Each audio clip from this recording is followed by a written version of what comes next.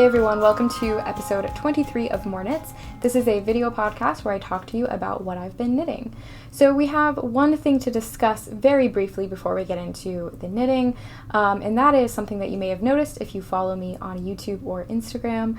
And I have started a new series here on YouTube where I am endeavoring to finish all of my long-term whips. If you've been following me for a long time, you know that I have so many whips, and I just struggle to finish things sometimes. I think a lot of people can relate to that, but I personally just really don't like it, and I want to get better about actually finishing things. So I went through all of my old projects, I showed them to you, and then I made decisions on what I was going to do, whether I was going to frog or finish them.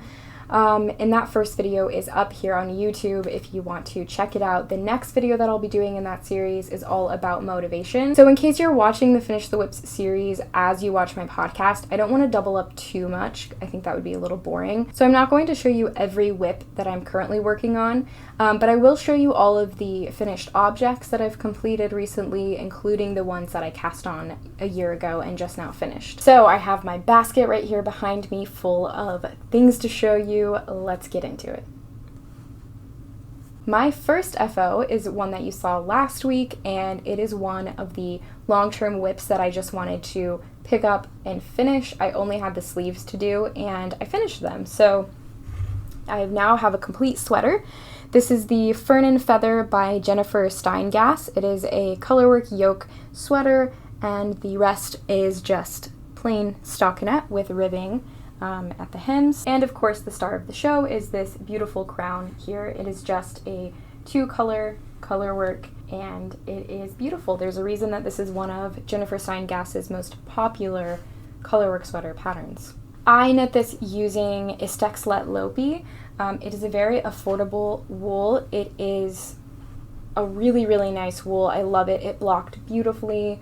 It is ever slightly scratchy, so if you're very sensitive, this probably isn't the yarn for you, but I would say give it a try, even if you're a little bit on the fence about it, because it's just an amazing wool, and especially as a layering garment, this is perfect. I have also heard that it softens up and kind of balloons a little bit as you wash and wear it, so I have that to look forward to, but as it is, I'll probably wear like a long sleeve shirt underneath this when I wear it, but it's honestly not too bad. I tried it on with nothing underneath it and wore it for probably like half an hour. I mean, I couldn't wear it that long. It is middle of August after all, but I tried to wear it, and it was not that uncomfortable. It was like a little scratchy around the neck, but not too bad.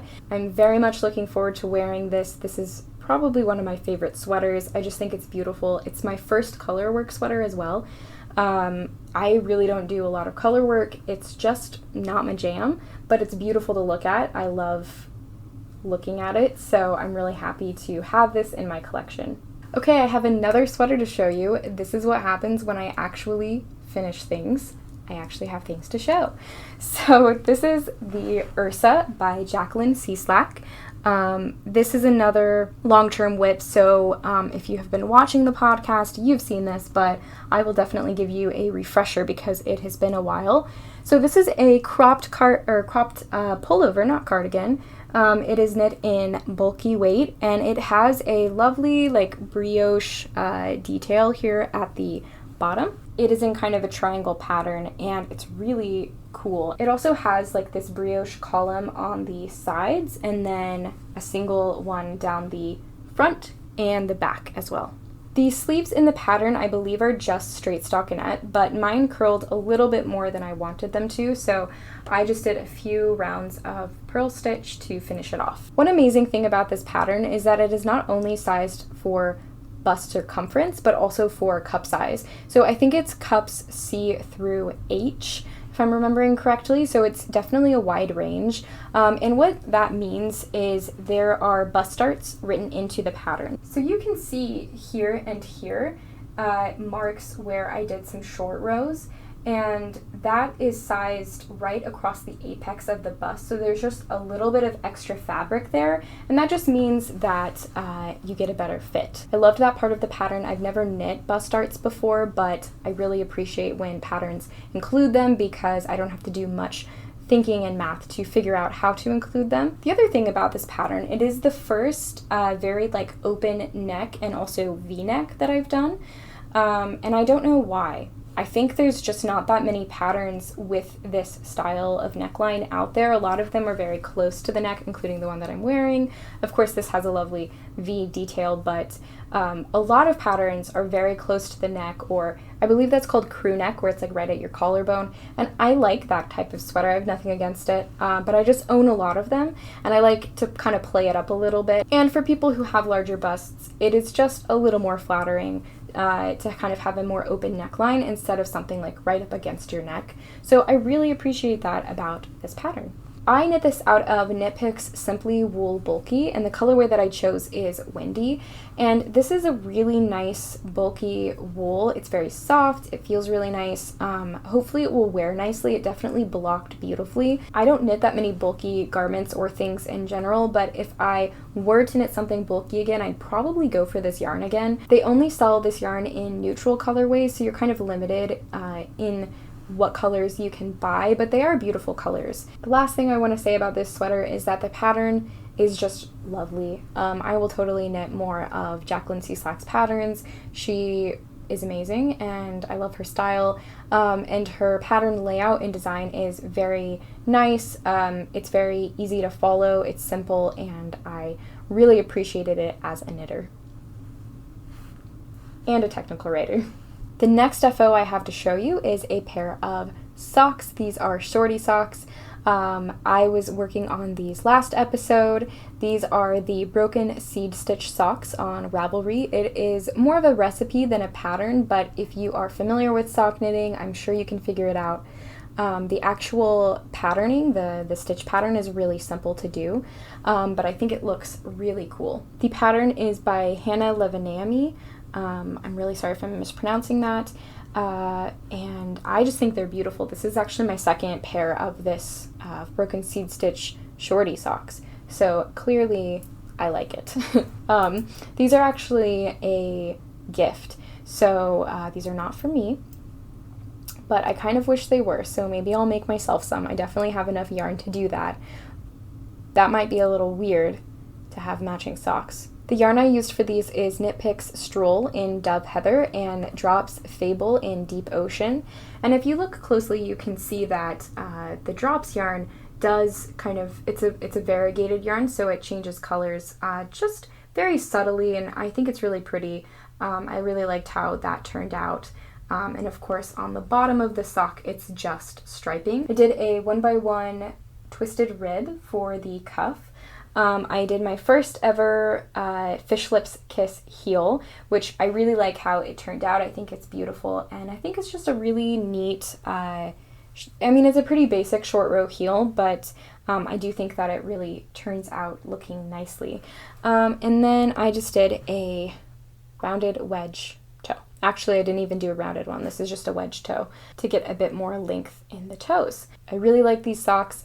I also blocked them because they are a gift. I don't block my socks. I'm curious to know if you block your socks. But I mean, that's just so much work for something that you're just going to put on your feet. If I wasn't showing them off and I was just knitting them for myself, I would definitely not block them. But these are a gift. So the next FO I have is a pair of socks that I definitely did not block. I was working on these last episode and I finished them, so good on me. Like I said, I'm a changed woman. I'm working on finishing the projects that I start instead of letting them linger forever. These are a pair of socks knit with indie dyed yarn, and I've talked before on the podcast how I typically don't knit socks with indie dyed yarn. This is just a luxury yarn for me, and as much as I appreciate nice socks, I would prefer other garments and other accessories knit with that yarn instead of socks. But I bought this skein in a D-stash. I only had one skein, and it was a one-of-a-kind colorway. And I just think this is like such a beautiful colorway. I really, really love it, but I really couldn't see myself wearing this colorway in a hat or gloves or anything else besides socks. And I will definitely break my rule of no indie dyed yarn for socks. And really, there are no rules. And if I want to knit socks with luxury yarn, it's my own money, it's my own life. I can do that if I want to. So I did. And I am really, really pleased with them. I think they turned out great. And there are two, by the way. I feel like every time I put these on sock blockers and I hold them like this, I'm like trying to be deceptive as if there are two socks, but there's just one. No, I knit 2 damn socks, all right? I finished them, I promise. I knit a 1x1 twisted rib cuff. That's just one of my favorite cuffs. And then these are just plain vanilla socks, heel flap and gusset, and a rounded wedge toe. And I did forget to mention who the yarn is. So this is Hedgerow yarns. And as I mentioned, this is a one-of-a-kind colorway. This is an MCN, so merino cashmere nylon. Really beautiful yarn, and the dyer does still dye. If you would like to check out their website, they have beautiful yarns. And I ended up with this much yarn left over, which is quite a bit. I forgot to weigh it, but it's quite a bit of yarn. So I'm definitely going to be putting this in my blanket, and I'm trying to think of something else I might be able to knit with this, but we'll see. Maybe it'll just end up in a scrap project at some point, but it is quite a bit of yarn left over. Another long-term project. I don't know why it took me this long to make them, but I finally finished them. These are the Mamoru mitts by Karen Templer. It's a basic stockinette mitt. The cuff and the top both have rolled brims, so it's just stockinette finished off. And then the only detail really is the thumb. So the thumb gusset has this purl detail with slip stitches on either side, and it is just in a reverse stockinette. And this is a free pattern. It is available, I believe, on her website only, maybe on Ravelry as well. I will make sure to link it. But yeah, these were just really simple. I knit these out of Voolenvine yarns. This was another one-of-a-kind colorway. If she ever decides to dye it again, I believe it was called Black Forest. And this is in her Footsie base, which is an MCN? No, a blue faced luster, so BFL. It's a really nice yarn. I really like it. This is the one and only Voolenvine yarns that I have purchased, but I love her yarn, so I'll probably buy more at some point. The reason that I decided to knit these is that I wanted very small writing mitts. When I decided to make these, I was working in an office that is very cold. I work in a different office now, but it is also pretty cold. I just wanted some mitts where I could move my fingers, because most mitts I make come up quite high to keep my hands warm, but then I can't really type. And so I just wanted some mitts, or be on my phone or whatever. So I just wanted some mitts that I could really still move my hands, but it would keep my hands warm. Or move my fingers. Right now they're really not serving a purpose, because not only is it summer, but I'm also working from home for the foreseeable future, and I'm not sure when I'm going back in the office, but they're still going to be useful, I'm sure. At some point we will return to a more normal life where we can actually wear the things we make, right? We just all have to do our part. Wear your mask, wash your hands, social distance. We can do it. I did forget to mention that I held this yarn double because the pattern calls for a worsted weight, and this is fingering weight, so I just held it double, and it created a really nice fabric that should keep me really warm. Alright everyone, I hope you had a great week. We are almost to the weekend. Thank you for watching, I hope you enjoyed, and I will see you next time.